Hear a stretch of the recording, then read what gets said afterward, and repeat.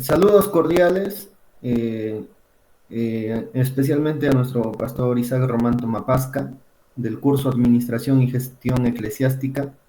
Vamos a desarrollar el tema liderazgo y administración bíblicos.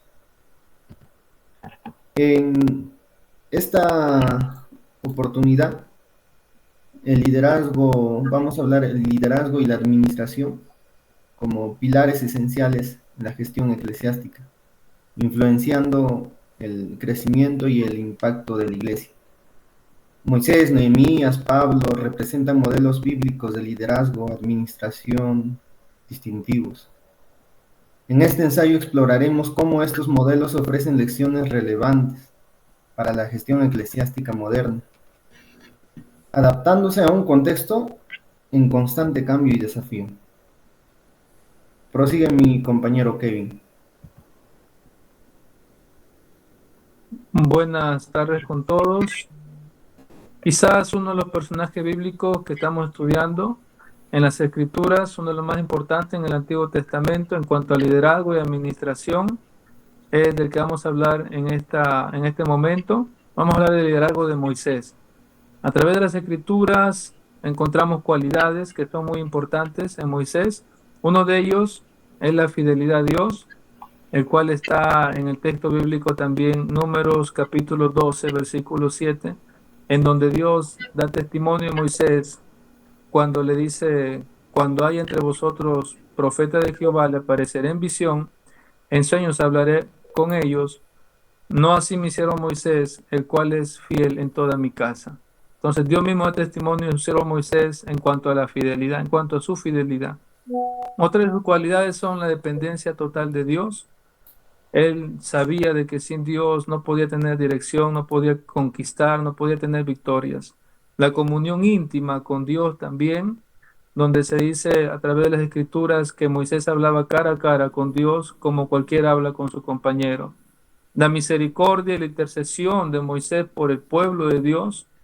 Muchas veces Dios quiso destruir al pueblo de Israel porque sus rebeliones eran continuas, pero Moisés siempre, al ver eso, intercedía para que Dios tenga misericordia. Supo exaltar a Dios con su alabanza por las proezas que Dios había hecho en muchas ocasiones. Entonó cánticos de victoria, dándole la gloria al Señor. La delegación de autoridad también, cuando él establece jefe de millares, jefe de centenas, jefe de decenas en todo el pueblo para poder llevar de la mejor manera la carga, ¿no? La trascendencia en los demás o la capacidad para inspirar a otros, como lo hizo en Josué, quien fue un fiel discípulo también de Moisés y que fue el que continuó la obra, ¿no? De liderar al pueblo de Israel. La valentía y la confianza en Dios, su humildad, su mansedumbre, del cual Dios también dijo que no había un hombre más manso como Moisés en la tierra. La perseverancia que lo llevó a alcanzar muchos objetivos y su servicio a Dios hasta el final de su vida. Vemos que en toda su vida, hasta el final de sus días, Moisés sirvió a Dios con fidelidad para poder cumplir el propósito de Dios en él.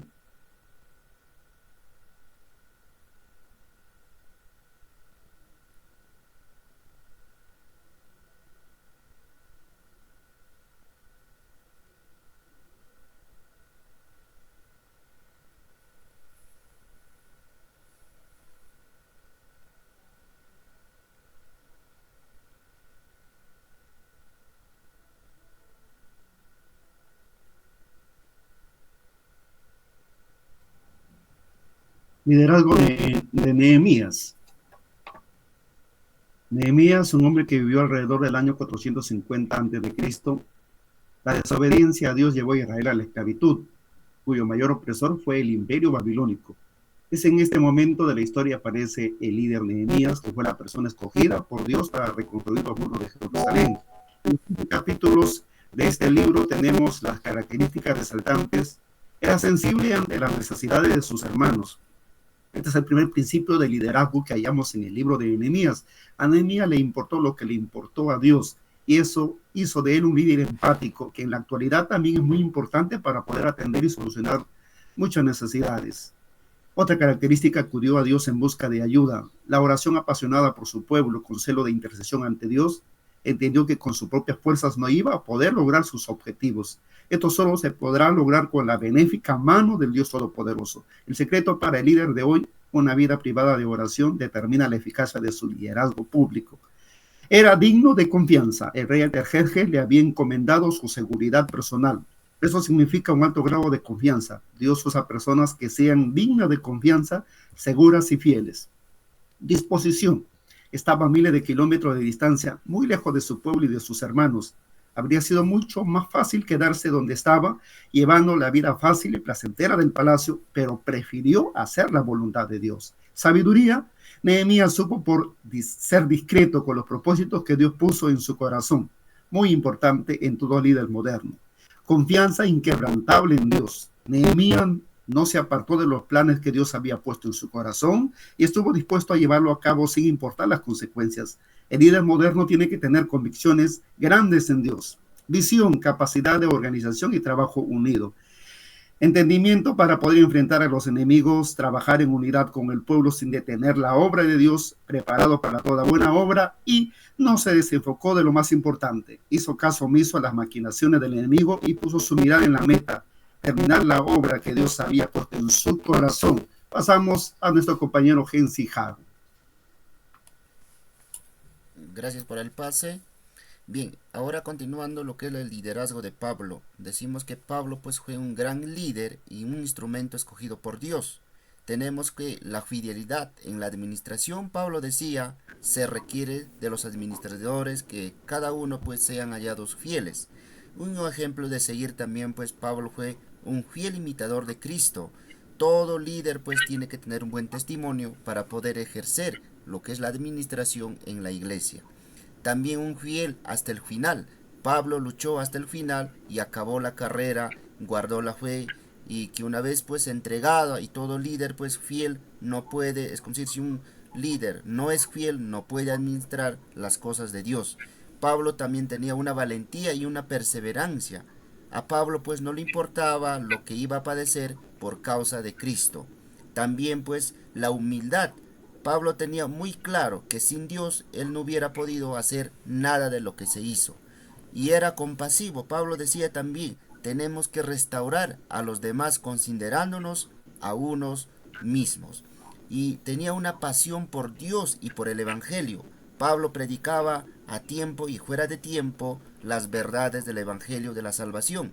Y el siervo pues sabía que, bien igual que Cristo, él solamente un siervo de Dios. Y era un maestro. Pablo era un maestro no solo por los gentiles, sino que también para la iglesia de Cristo. También era un consejero, porque siempre tenía el consejo apropiado en el momento. Y el hombre de oración, porque Pablo entendió que sin la oración nadie puede hacer la obra de Dios de manera correcta. Y victorioso, pues tenemos que Pablo era un hombre victorioso con la ayuda de Dios, a pesar que se encontraba en la cárcel, pero él seguía su fe intacta y haciendo lo que es la obra de Dios. Adelante, compañero.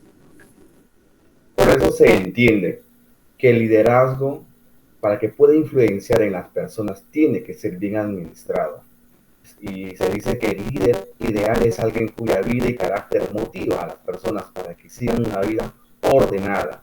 Y se puede decir también que todo cristiano está llamado a ser un líder espiritual. Según Cristo, la verdadera clase de liderazgo demanda servicio, sacrificio y una entrega desinteresada. No como el mundo, que en muchas ocasiones hasta en manipulación a las personas por conveniencia. Por eso se concluye que Dios ha otorgado a sus siervos la responsabilidad de administrar los bienes y dones otorgados a su pueblo. Y pues, por lo tanto, que se requiere que los administradores sean hombres fieles. De esto depende toda una buena administración eclesiástica y perdurable. Que el Señor les bendiga, mi amado profesor, y a todos mis compañeros.